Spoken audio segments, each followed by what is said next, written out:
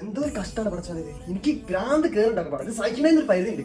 എനിക്കിന്റെ കാര്യത്തിൽ എന്തെങ്കിലും ശ്രദ്ധ ഉണ്ടോ സാറാ? എങ്ങനെ ഉണ്ടാകാനാണ് എന്റെ വാപ്പ എന്നെ ഈ വേറെ ആളെ കൂടെ കറങ്ങി നടക്കുമ്പോ പിടിച്ചാൽ കെട്ടിച്ചാൽ എങ്ങനെ എനിക്ക് എന്നോട് സ്നേഹം ഉണ്ടാകാം? ഈ മറ്റൊരുത്തല്ലേ സ്നേഹിച്ചോട് നടത്തി ഇപ്പൊ എന്റെ മനസ്സിലായല്ലേ? പണ്ടാൾ എന്റെ തല കെട്ടി വെച്ചതാണ് എന്നെ.